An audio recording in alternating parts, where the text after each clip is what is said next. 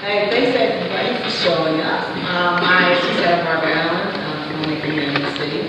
And I have this distinguished panel. I'm really excited to talk to these people.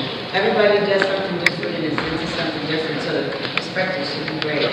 What I'm going to do, instead of me trying to tell you about them, I'm going to let everybody give a few words on who they are and what their organizations are representing. So, start with Jim. All right. Good evening, everyone. I am Leopoldo. I'm a Puerto Rican American.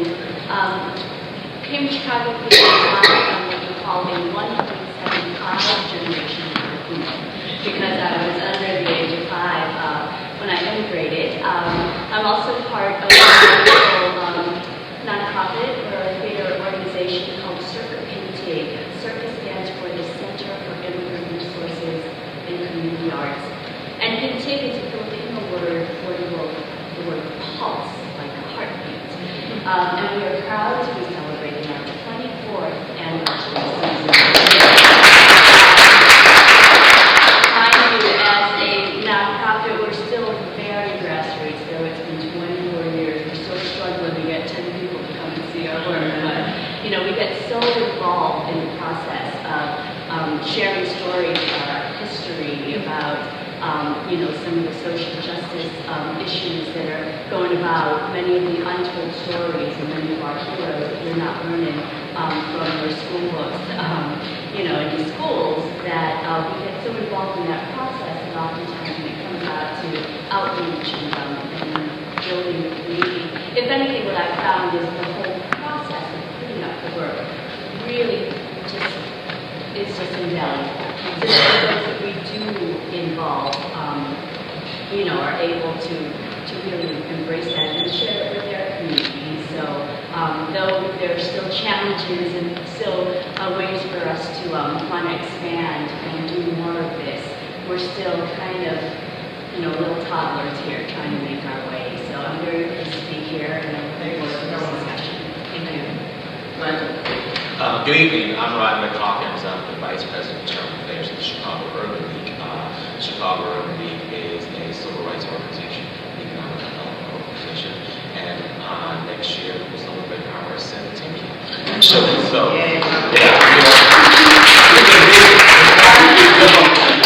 But I was thinking about some of the points you made, where there are challenges with being young, there are also challenges with being seasoned. We're a seasoned civil rights organization, but also we have to, I'll say struggle, or work for relevance, work to make sure that we are connected to younger generations, make sure that we utilize tools that are contemporary tools, be they media, be they resources, to make sure that we are staying in the conversation. And that's something that we have to definitely pay some special attention to in the last 2 years. I've been there 8 years, and I've seen even revolutions since I've been there, where we are definitely not my grandfather's Chicago Urban League, but we still have to connect to my grandfather. We still have to make sure that we're talking about the past and the present right now.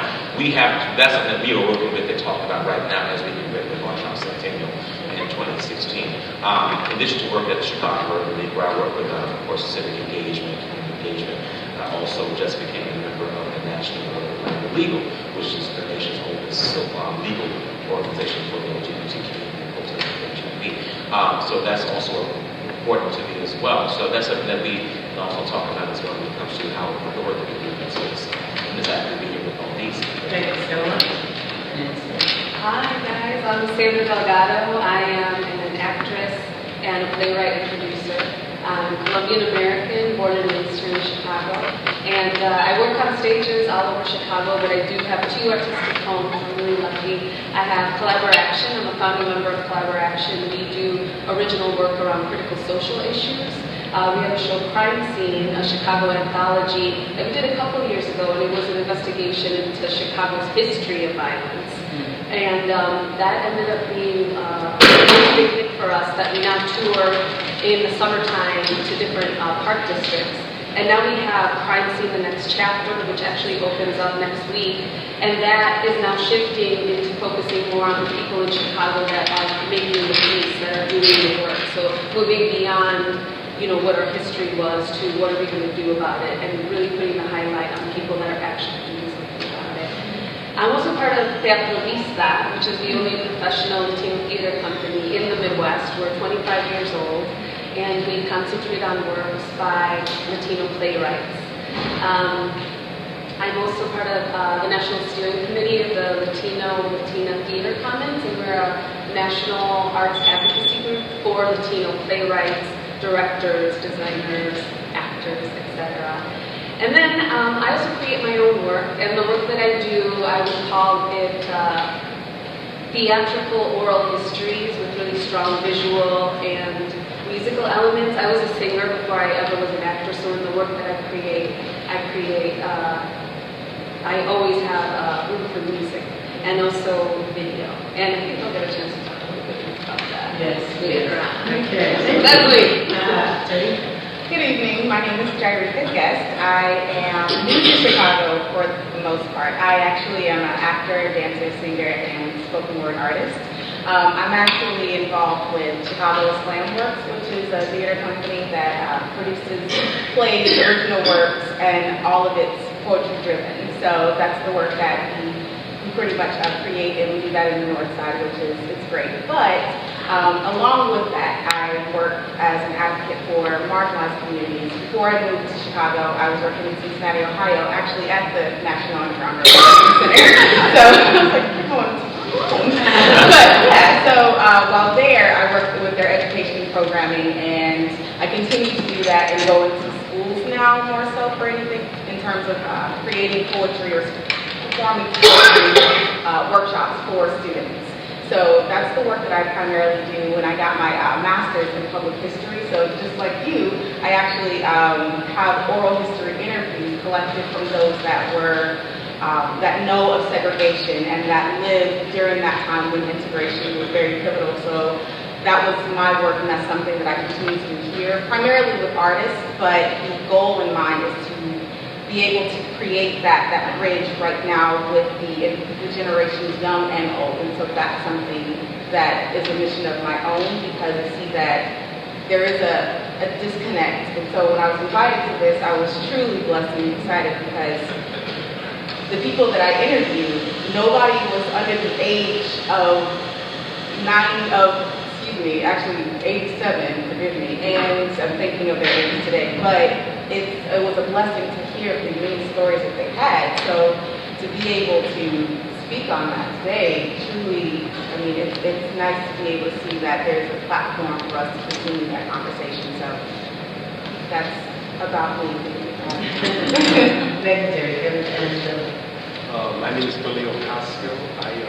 I was an alderman in the city of Chicago for 16 years. I was senior advisor to the governor for a couple of years. Now I'm a recovering politician. During those 15 years, I met my wife actually in this one project. We were restoring an old historical building. It used to be horse stables in Humboldt Park. We were restoring it into a museum. And now I'm the CEO of the museum. It's the National Museum of Puerto Rican Arts and Culture. We had operated at the Institute of Puerto Rican Arts and Culture for quite some time. And then last September, we got the building completed. Found out that we were now the only Puerto Rican museum outside of Puerto Rico, so we changed our name to the National Museum.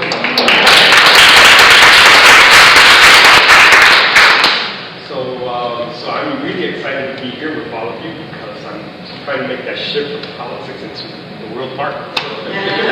Well, welcome. Our focus is on how cultural identity, gender, sexuality, and race are impacted by current technology. So when you talk about restoring, and we're talking about history and how we use our past to tell stories of the dead. You did stories of immigrants. Yes. What was it about the immigrant story that was so important for you to tell? Well, it's definitely ongoing. It's definitely something that there's so many stories to be told. As we celebrate our 24th season, we actually have a whole theme of war, birth, and immigration. And we currently have a show that just opened a couple weeks back called Tug of War.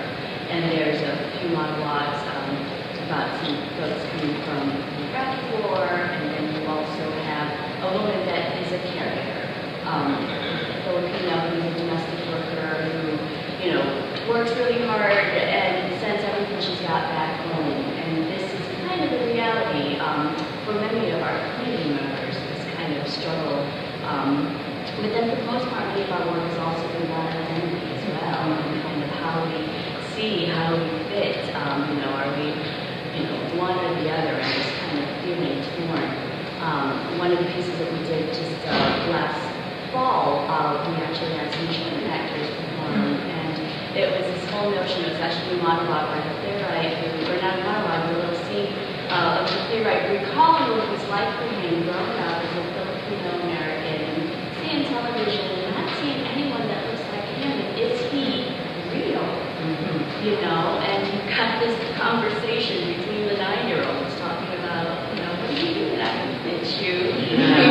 But it's just not having that representation. And to be able to acknowledge that, to be able to share those kind of stories, to be able to really pave ways so that we've got the space so that it's not that for our future generations, I think is where we're at. And I think that's a big part. How important is it, for everybody, to see images of yourself? Why is that important? Let's talk about that and how you can use technology to do that. For us, it's extremely important. For anyone, it's extremely important. I was telling Mr. I was thinking about the story about Lily Goldberg shows the story about when she first saw, about those on TV. The story that someone yelled at the window when she's from New York. When it was Michelle, it was as a war on Star Trek, and somebody yelled, "It's a couple people on TV, she had no mate." And so that was one of the stories that Goldberg tells. But for us, personally, and I began my career in television actually. That, but I was a TV reporter briefly in Louisiana where I'm from, in Baton Rouge, and the importance of that was years over 15 years ago. When I go home, there's still people that like, I heard you from the news, and that that is so important, especially in our community, to see people that look like us, that are representing us well. Yeah. Now we've got a variety. I'm a supporter of a variety of images. I love hip hop culture and different things here and there, but I love to see the balance too. It's important to us. At the Urban League, we did a television show a few years ago called Next Francis, and I was ready to shout out here, not in this space, but in the other beautiful space. They were part of the show and other programs we did. And we did the show because we wanted to put positive images of African Americans on television, and it was impactful for the 2 years we did it. But we also utilized, we also went old school too and made sure that we had a voice in the Chicago Pintig, Chicago Crusader, other outlets that our community is reading to share our stories. And we know that it is only because of African American owned media that we can get our authentic stories told. So that's why it's oftentimes we have issues like there was, I know you make we're both on social media all the time. There's a little scuttlebutt last week and it was announced that Keith Johnson Publishing Company is going to be some of the investors from there. But my thought is always, I say, once you post that and complain about that, do you have a subscription to it? Are you looking at getjetmag.com, the app? Are you also supporting new media adventures? And are you on social media? So, long answer to that question, it's vital to preserving our past, but also moving forward as a community. That's why it's important to see all of our images, When you talk about, go to the traditional Black outlets to get the word out, is that really necessary now with technology? Is that the only way we reach, or do we need it? Is it necessary? Absolutely not the only outlet. You're right. I think we still need it because, again, let's look at what just happened this week, right? The incident in Texas that was a shootout among rival gang members from the biker gangs. You see images of these guys just sitting chilling with their phones that have been somebody of color. They be dead. Again, it was a riot. They were animals, right? So we have to also manipulate mainstream media, right? We have to call out mainstream. We need to support independent producers who put out stories out there, independent artists and theaters who put out stories out there, but also encourage if you will, the old school or mainline African American outlets to also get current and give it the time to utilize Twitter, utilize Facebook, utilize what they are. How do we do that though? We have to have them embrace it. And many times people who are very much into technology are very arrogant about it. It's like, oh, you don't know how to do that. And they never say what they did. They just do it really quickly, like, oh, you're an idiot because you don't know it. So it turns a lot of people off. So how do you, I think that older people, seniors, would love technology because it gives them a way to be out without being out. But if you treat it as if it's so beyond you, how can you expect them to embrace it? So how do we get our community as older, younger, disenfranchised, or how do we get them to work within technology to embrace the technology? I think it's meeting them where they are, and that's for anybody. You have to meet somebody where they are and respect their wisdom and their age and the knowledge that they do have. That I feel like in the work that I've done in terms of oral history interviews, one thing that I learned that you have to develop trust on either side. And you have to also be patient. I think because everything is so expedited today, we don't realize that taking time and listening and seeing where they are and what I don't like separating, but what we tampered into. I don't know everything that you might know in terms of a method or an app, but if you taught me step by step, I could pick that up. And even if it were that foreign to me, there's still a meeting place for anybody that you come in contact with. But we have to give that time. I feel like because the generations are so far and so different,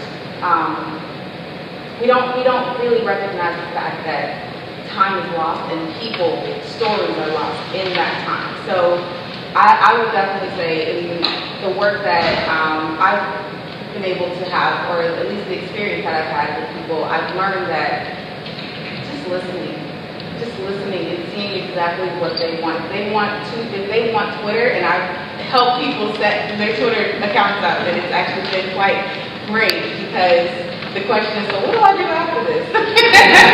I'm like, okay, well, a thought.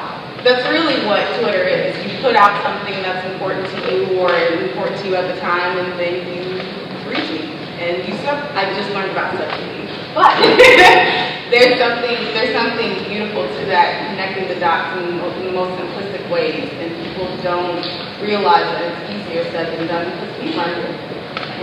You had to learn how to open up an account somewhere, and it was possible. The same generations learned how to open up bank accounts. The same way you can open up and create an account for Twitter or Instagram.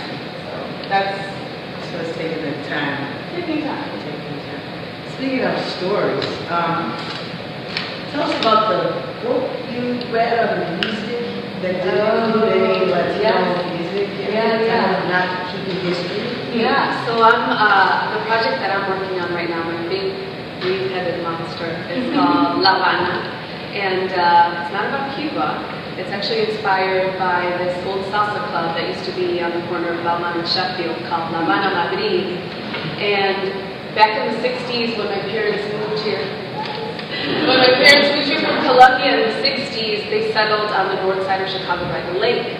And back then, that was a big, north side, like Lincoln Park, Lakeview. I mean, that was very Latino Caribbean, very black, and very Latino Caribbean. So specifically Puerto Ricans, a lot of Puerto Ricans, some Cubans, a little Colombian, Panamanian thrown in.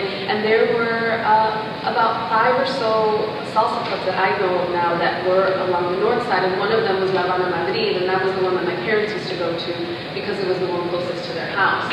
So when my dad told me the story, I was like, what? Like if you go to that intersection now, it's all been erased. Everyone got pushed west with urban renewal. And immediately I thought, oh my God, this would be such a great setting for a play. So my play is set in a club inspired by those clubs called La Habana. And I'm writing the script. It's based on interviews with that population of Latino Caribbeans that were in that neighborhood, the musicians, people that came to the club. And so in my research, I went to the library and I found this book that said Chicago music of the 60s and 70s. And I was like, oh my God, gold mine. I'm going to find so much in here. Not one Latino musician. Yeah. Not one. And it just kind of gave me actually more fuel. Like, I have to do this. I have to share, just the history of Latino Caribbeans in Chicago. The 60s were a huge politically charged time, so much going on, and and uncovering those stories and sharing them with Chicagoans and families, and I was like, not one. So, this is interesting to me. How much are we missing as a people, as an American people, by not having the Filipino story, the African American story, the Latino, not just Latino, but Colombian, Puerto Rican, Panamanian, all these different stories that make up this American fabric. What are we losing? And how do we use technology to insert us into our own history? There was a post I wrote on Facebook last year. A friend of mine on Instagram had seen a picture of this young white actress saying, "So do you buy it?" And you read the thread and you figure out that she's auditioning for the role of a Latina. So in that photo, she's asking her friends, "Do you buy me as a Latina?" Her interpretation, this interpretation of what Latina looks like, that you said, based on like what TV and film have been shoving down our throats. Like, this is what Latina looks like, with no room for anything else. And so my friend saw this and she got super offended, and she texted a bunch of us and other Latina actresses saying, "Am I overreacting? What's up with this?" And we all looked at it and we all, it hurt our feelings. You feel like a combination of like shame and anger and all that stuff. Shame? What's the shame?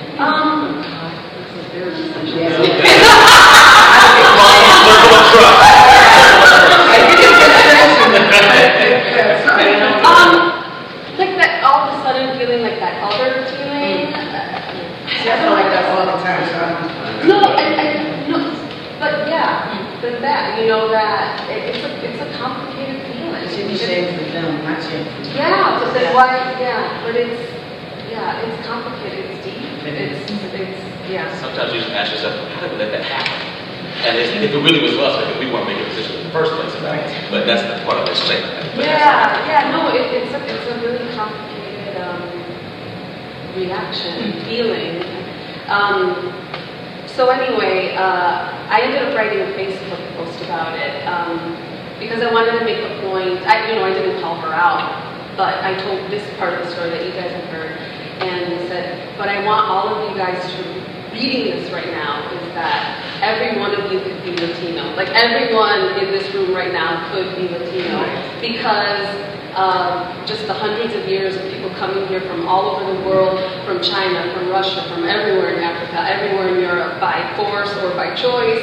They've been brought here, and so the spectrum of Latinidad goes from the whitest white to the blackest black. So I wanted to make a greater point.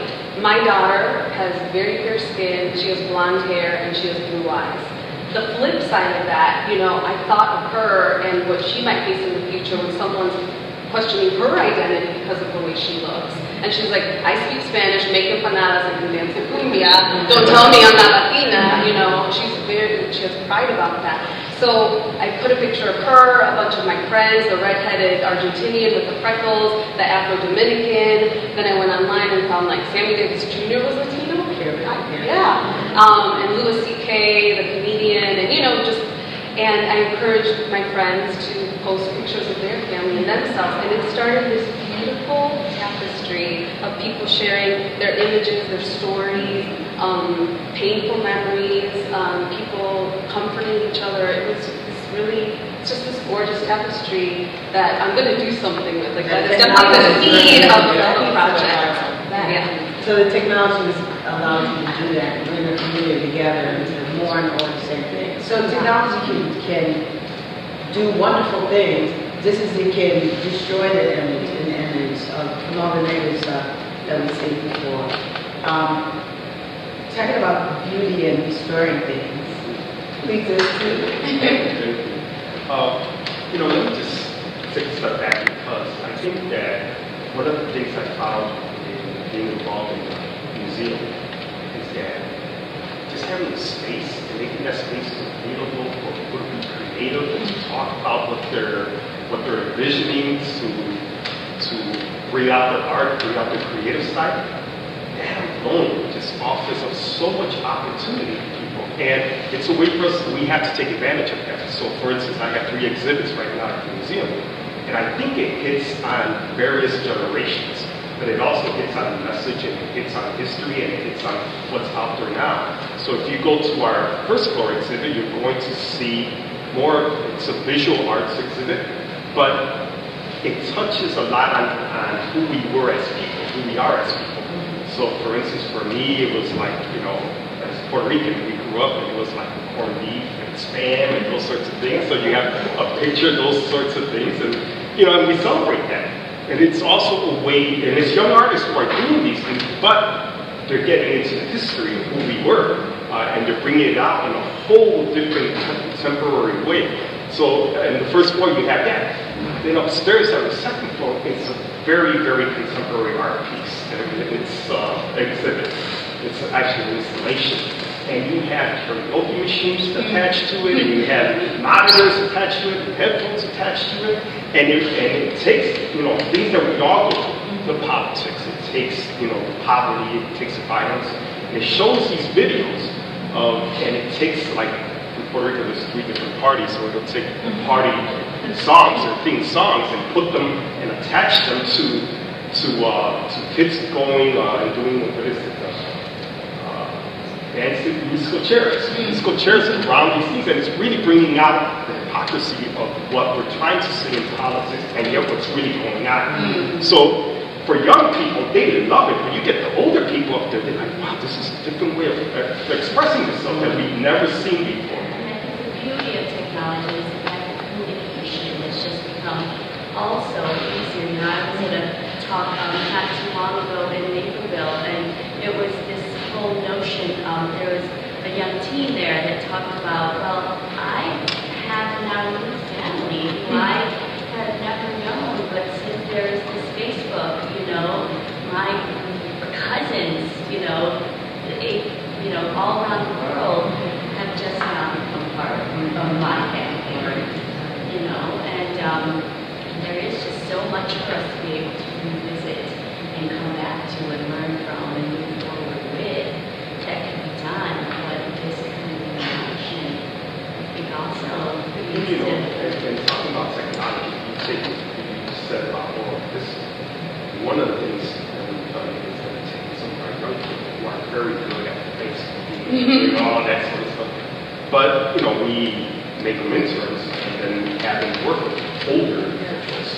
Older individuals will start out telling the story orally, and then say, hey, well, why don't you put a page up about this? And they want to attach a picture to it and say, well, I had this picture that I've always wanted to show people.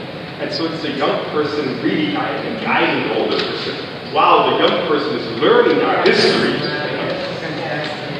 I think it's a humanistic, it's a human instinct to connect, point blank. And so technology can do so much for us, but there's something just innate that technology can fulfill. And I feel like that's why, in terms of your question, in terms of the physical space, we need that. I was talking to someone a few days ago in terms of how we express our feelings now and how it's easier to text everything. And I seriously, it was like, think of all the emotions that you have on a day-to-day basis and all the interactions, whether they're good or bad. How dare you rely on 2 thumbs to express all of those things? That's not, you really think of the things that you deal with. And even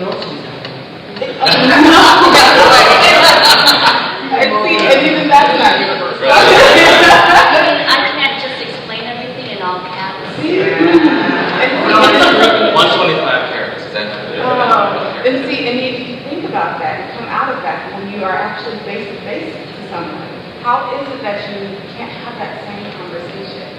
There's something stunted. And I love technology. I use technology and I embrace it, but we have to recall when technology wasn't so accessible, when it was okay to, I realized that fellowship is missed in as much because we're so easy like, oh yeah, girl, I know what you did at, when you went to Cancun. I saw pictures on Facebook. I'm going to tell you the stories now. You just can't say that much. And Facebook, this whole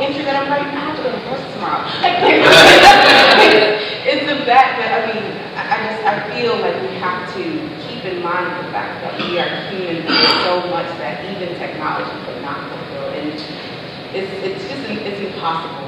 So do you think that the technology is taking away from those spaces or helping to fill those spaces out?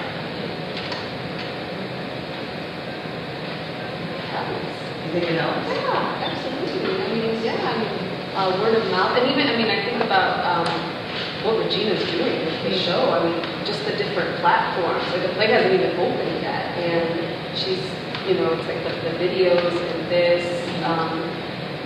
Yeah, it absolutely helps. Already, for me, just with La Habana, I'm just writing it right now, but I already have a Facebook page, people know about it. It's very helpful. How important do you think this is to archiving, and what do you archive, and how are you using technology to archive things that are important to you and looking into your art? I just signed an agreement with Northeastern Illinois University, Hunter College, Northeastern Illinois University, with Hunter College in New York, and University of Puerto Rico. And we're creating a whole digital archiving system because one of the things that's been known Puerto Rican is that we follow is that there really just isn't enough places to go to find out who you are and where to get that information. So we're creating this digital archive system among all four of us, and you'll be able to access it. And there's this book that just already printed. So it's become very helpful. I'm looking forward to it. For La Habana, I am audio recording all the interviews, and selected interviews will also be videotaped. And those will make their way onto a website eventually. But La Habana is also a freestanding documentary film, so those video interviews will make their way to a documentary film that will also have like stock footage of Chicago and bands, and yeah, so that will be anything in the world. At Chicago, as I mentioned, we're about to turn 100. So right now, every week we have a meeting in my division of external affairs, and we're talking about centennial planning. So one of the things that happened, actually, thanks to previous CEO James Compton, our archives are at UIC. So just like Ms. Willie was talking about, I was like, hey, that's the move, because let them handle that. So a lot of our archives are digitized. So it is, so you can Google right now, Chicago Earthquake Archives at UIC, and you will find photographs of Bill Berry, who was one of our legendary leaders with MLK. You see archival photos of Bishop Arthur Frazier. Yeah, you're like, that's Bishop Frazier. So you can find, I'm serious, you can find that. You'll be quite amazed. You'll see the Urban League doing work in churches that, all around the city, and great things happen. You see, of course, out of Washington, you see Jackson, all those things. But it tells our story. You see, I'll admit, most of my news about Chicago was on WGN and Jet Magazine when I was growing up in Louisiana.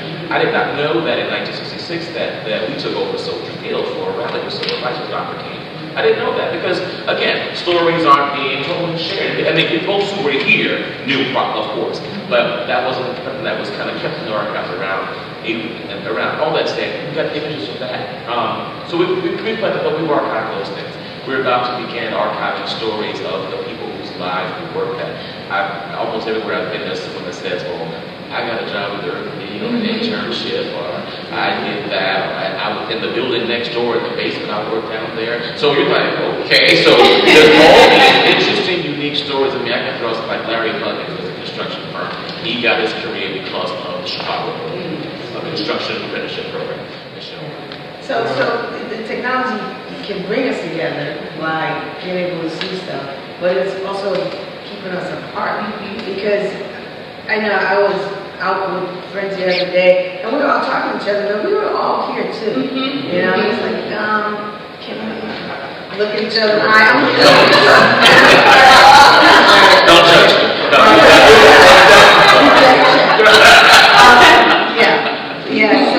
So how do we work that out so that we can? It's like I'm not enjoying what I'm doing because I'm so in here that I'm missing everything out here. I was on a bus tour once with someone, and I said to them, look out the window, look out the window. And they were bloggers, so they were like, you're blogging about what we're looking at, but you're not looking. Right. There's a picture. Yeah. And then, all your mindset, they're not promoting you. And I'm thinking, I'm gonna go tell them, don't be sitting here because they letting you on Catholic Friday wear your jeans and your headset. But you don't know they're sitting over here because I'm privy to some of the top conversations. You're really looking at you using this media sitting in your desk. Like now I don't, of course, but it took me, I didn't do it for like a year. I was like, I don't go sit at your desk. And it interrupts, even with even the communication in the office, is, okay, only have one ear. Because when I come up to you, you got both, and I say, excuse me, excuse me, well, some people are like this, you know, because of this, I always say, because of all the electronics, you think you can do something fast, but it's being told what to do. They hire less and give them more, thinking it's even electronics can get it done. But because of what you just said, it does, you have to understand ethics of the subconscious of even the top folks that are really going to help you progress.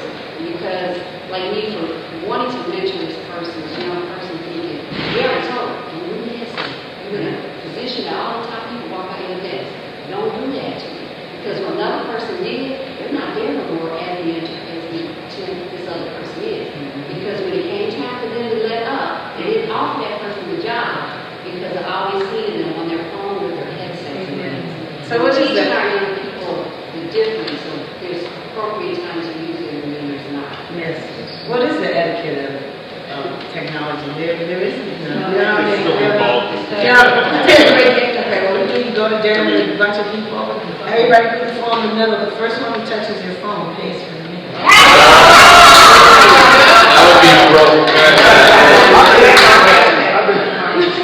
Where you left your phone at last. Yes. There was a basket and you dropped it off so that there would not be. That, yeah. That's what you're doing that stuff. Right, that's right. How many of you all been to, I don't know about the other shows, but like the Oprah show when it was here. And what did you have to do? In that Ziploc bag, you didn't see that dog on the phone until whatever show you were on later. You were okay with that? I know I was. For that moment, like, okay, I'm over. No, but know that you have, there's an obligation, and I have friends that are like, two good friends here who know I'm not about my boss, and Robert in particular. We do an annual retreat, Split Club Arena, we go to soccer, talk about good stuff. But I've been driving, and I had my friends, they snatched it from me. And they said they held in the back seat. They were like, you like a little girl in a little bar there, you drive. So they was like, you drive. That's your job, to get us to this place safely. Shoot, I have 4 dear friends in the car. And I am one of those people that does that. So you have to be confident. You have to, like I said, you have to set the etiquette. We have to create etiquette. It's our responsibility, especially in communities of color, where we are amongst the largest consumers of smartphones, according to Nielsen. And if we have these tools at our disposal, we can use them to empower each other, to spread the message about the things. We also have to use them to teach each other how to just let go. Thank you. Let's just let go at times. I think about the theater and seeing people text during the show, and they think you can't see them from the front of the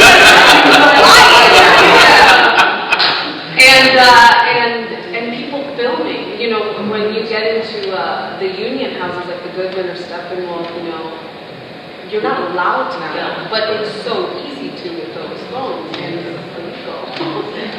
I teach a class, it's called Influence Academy. And it's all young people who are just getting out of college, getting into the real world.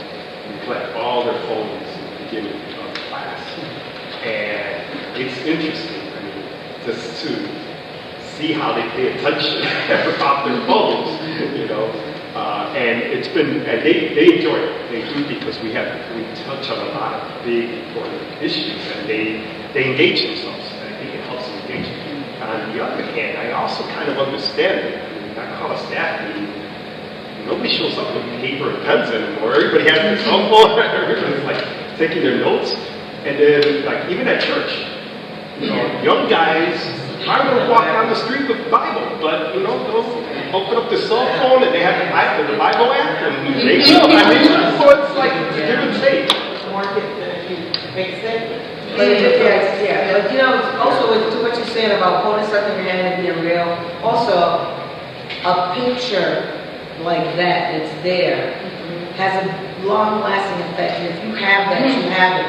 A picture up here, yeah, it affected me. Next one, and it's gone. But it's like everything is instantly gone. But having something to hold that you can look over again and again. Yes. What's the magazine? It's called the South Shore Current. I'm over there, and I want to say real quick, also, what if you don't have power? What if you don't have an internet connection? You know, it's like they want to, you know, it's like, we talked about this before, like, then what do you do? You're not writing things down, there's no file, there's nothing, you don't have to worry about it, you don't have access to it. But the technical form of them go away, books are still now coming back, you have some more people reading books out there now than they were before. You know, you can't see the glares on it, you know, so it's not going to happen. I love books and it doesn't read. Go ahead, Rob. You're seeing the smaller bookstores coming back and the coffee shops. They're having book sections and they're starting to develop. But I was also going to say that it's about also, I'm in education, and what I've realized over the years is that instead of trying to run away from it, it has to be embraced and it has to be taught so that the teens and the tweens can understand and they learn the proper etiquette. Like you said with your class, there's a time to where you take all the phones away, but there's also got to be a time to where you utilize all the phones with them because this is what their life is like. Because when we have times where we have to tell them, you have to put the phones away, you have to turn them off, there's always that one that's still on. Or there's that, if we take them off, there's always that one that's hiding and saying, I don't have it. And so you have to just embrace it. You have to educate them to let them know that at times, yes, it's okay to use this, but at other times, we have to put this away and we have to invoke conversation amongst each other and not via the phone. Like you said, texting someone who's sitting across from you, not because you're trying to hide what you're saying, it's because you don't know how to communicate outside of the thoughts. And we have to model those behaviors. We have to model those as the adults. Yes, we have to model those because everyone that's spoken here is saying they know, like when we go out to dinner, yes, we get there and we make our final texts and then we put our phones away. And if we're expecting a call, we'll say, I'm expecting a call, so excuse me if I get the call and I have to step away. But if you're looking at teenagers that are in that realm, they don't care. They will sit right there on FaceTime in your face having a complete conversation about nothing. There's nothing to be wrong with that. Well, that's totally inappropriate. For you, but to them, it's the appropriate way. That's their life, and that's what they know, and no one has taught them that that's not what you do. It just always interests me because I also meet young people who don't have a Facebook account, you know, who have consciously chosen to not be in on that because they just see it as a distraction. Or there's just way too much trauma that is happening there. They don't have time for it. And I think that's you know, we had interns this summer, and we asked them, you know, what was their concerns, and they talked about being blamed for all the wrongs that they've done and all of that. And we asked them about social justice and how can you change things, and they were like, I was like, well, use technology. You can start putting out, you know, whatever, my child is not black and I'm proud. You know, and they started putting out, and we required it because they did the premiere work for magazine. To just say something positive every day. And see how viral that can go. And then tomorrow, compete with that. And I don't know if it's stuck, but it really was like an aha moment for them that, you know, but it's like, wow, we never thought of that. Instead of talking about my Sierra and the rest of the world. I think more challenges like that need to happen. Me and my friends do something where we take 10 minutes. Like we did this once, and I've tried to repeat it with 4 friends, but now I'm down to 2. But we try to see it as a craving because, you know, typical cravings only last 10 minutes. So we have our phones. and then we do away with them, we hang out, we do whatever, and then in that gap of time it grows to where we realize that we try to displace them. I kind of like yoga. Stop thinking about this, downward dog position, but now we're thinking about the fact that I'm in a relaxed state and I can separate myself from everything that's going on in the world. So I'm not thinking anymore that it's been 2.5 minutes of me being away from my phone. I'm actually having a conversation with a close person.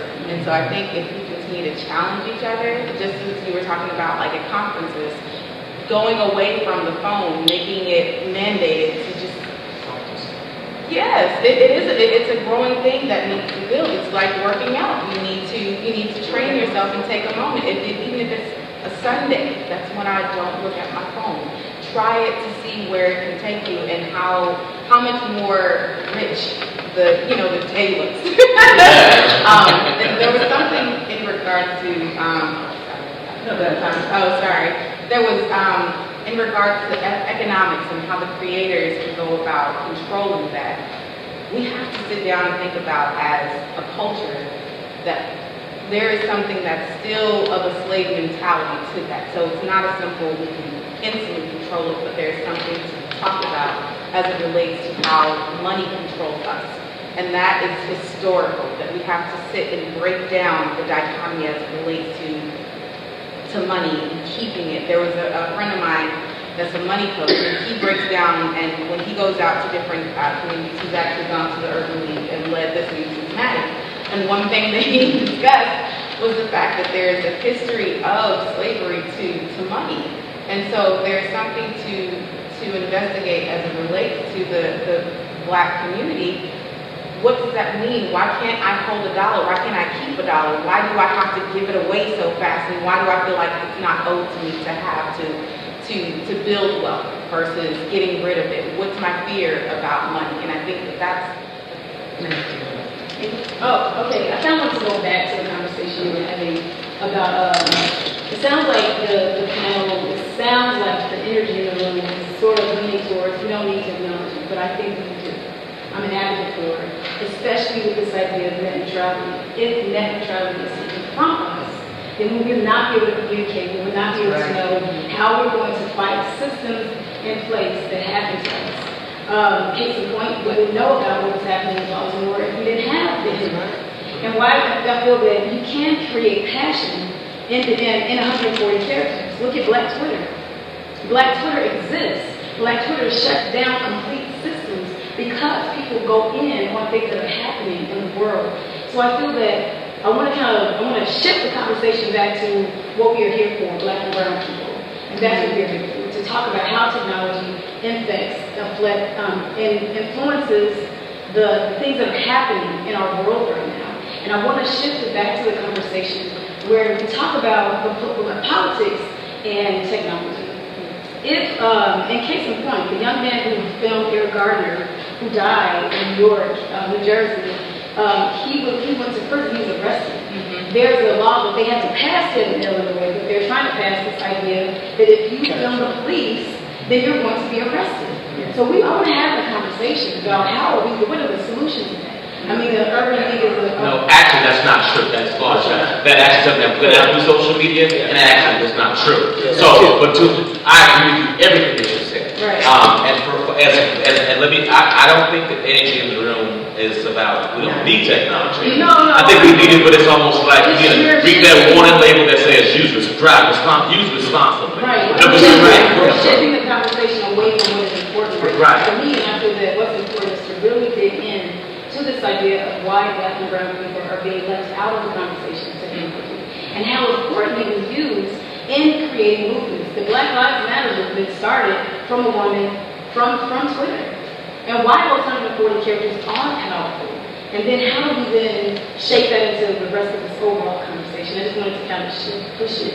Well, let me go ahead. As a comment, I like what you said. The sister in the front made a comment earlier about how when you were young, you were passionate about your Black fear, and you feel like it's not, the compassion is lost in the 140 characters or whatever. And I think it's really interesting how the pressures, because I'm a young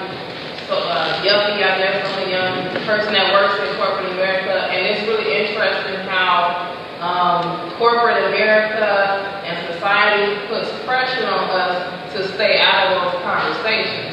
Just like what this gentleman said in the front about how his boss was trolling his Black History Month post, and you weren't even doing anything. You weren't getting involved in what they call these controversial conversations. If you want to, I feel like we kind of get punished, you know, if we want to inject ourselves into conversations that counter things that are going on. If we want to post the Eric Gardner video on our Facebook page, there's a kind of unspoken rule that you shouldn't do that if you have a job where people may say, or even with your hair. Like I remember when I graduated from college in 2007, I permed my hair because I knew that it was going to let me get more jobs.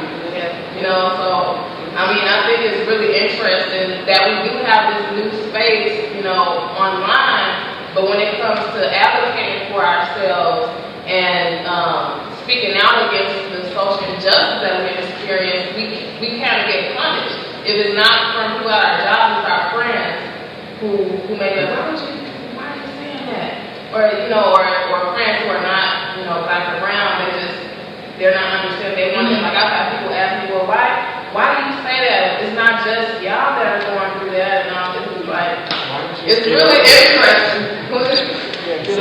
Do you have an account, or how do you know this stuff? And say, well, I follow up, I just don't use social media because people aren't using it the way it's supposed to be. And that's not true to me, because I see a lot of people, as you all do, use it exactly what it's meant for. But what do you do? Just sorry about what she was talking about activism in technology. You know, since some police are wearing cameras, they never seem to be on when they film somebody. Wearing cameras and all the videos here's the thing, Black people have been saying for years that the police treat us differently, the police kill young Black people, male and female. Well, we get the females in that conversation, but Black males and female, and everyone's always like, you complaining, Officer Friendly's a nice guy. What are you talking about? I never saw that. And so now they can see it. And here's the video. And even sometimes that doesn't make a difference, because we saw Eric Gardner, we saw Rodney King, but we saw one Rodney King.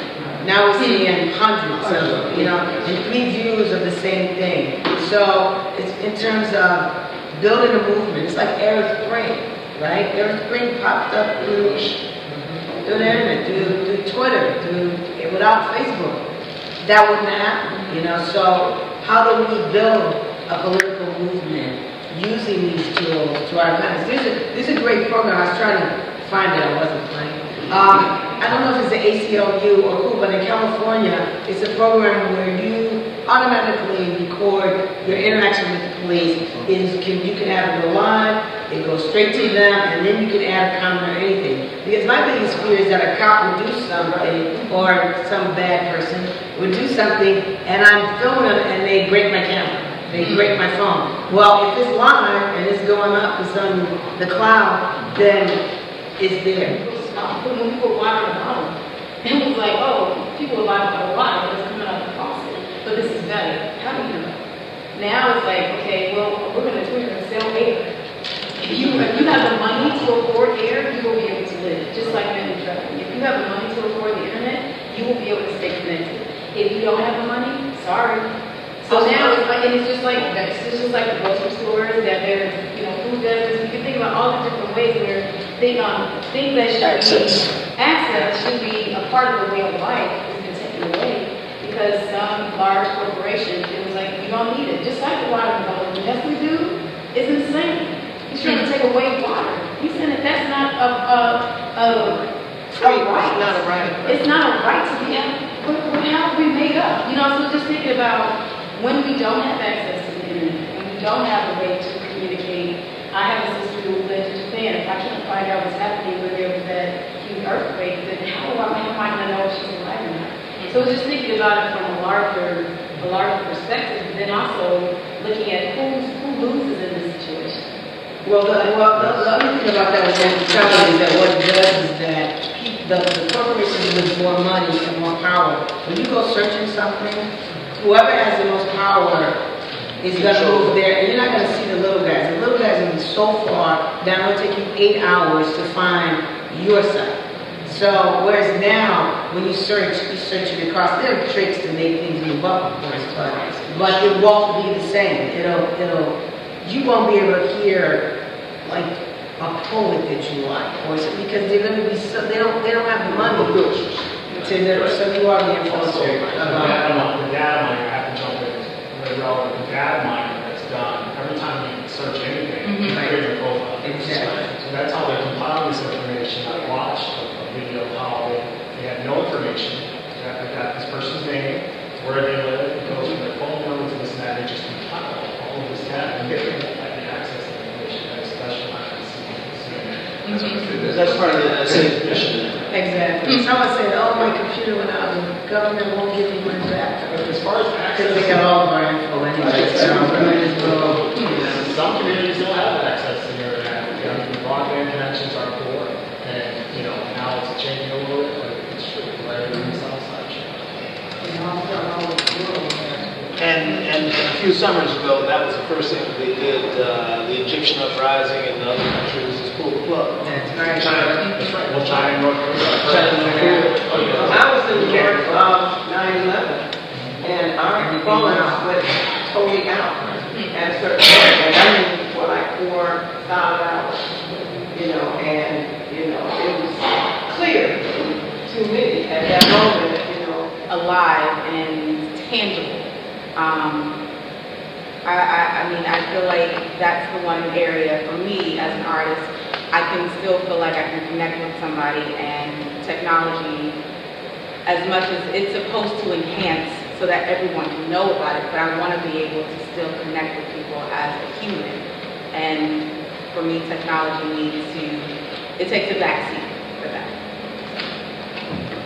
Say embrace it. Use it to tell our stories. Just not be positive about it. It's a time and place. It's a time and place where you don't. It's common sense.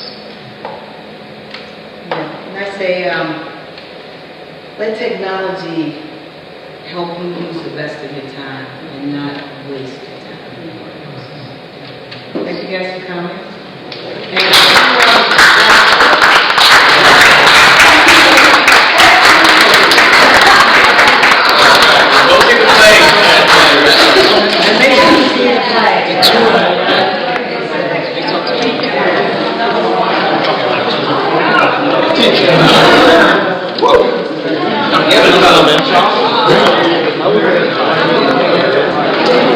I'm just doing it for my love.